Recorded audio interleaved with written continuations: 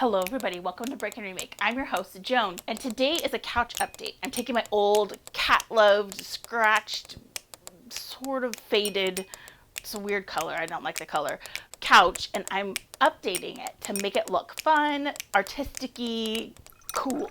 So where the couch is now, I have done the bottom cushions. Next, I want to do some swatching to make the back cushions look super fun, funky, artistic-y. I'm trying to do this like watercolory. I'll put a picture of my inspiration up so you can see interesting, abstract. I don't know what that's going to look like. I need to swatch it and figure it out. Some word of advice if you plan on embarking on an adventure to recover your couch or restuff it like I did in this one. Like I did in a previous episode of Break Remake. I would measure everything as much as possible. I ended up cutting the zipper placket 3 times.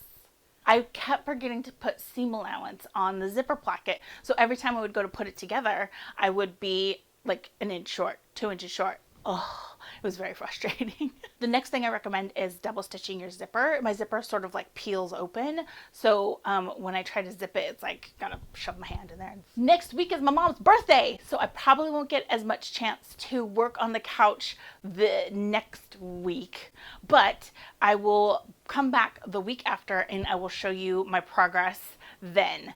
I'll probably have the back cushions done. Fingers crossed. You want to see the fabric? I'll show you the fabric. I got this fabric as a donation. So this came from my stash, which is really nice because this project has cost me about $300 so far. Still less money than a new couch. The fabric is not going to stay this color. I'm going to do some weird stuff to it. So I'm excited to start experimenting. All right, everybody. Thank you so much for watching. If you like this video, give it a thumbs up and subscribe for more eco-friendly DIYs. We'll see you next time. Bye.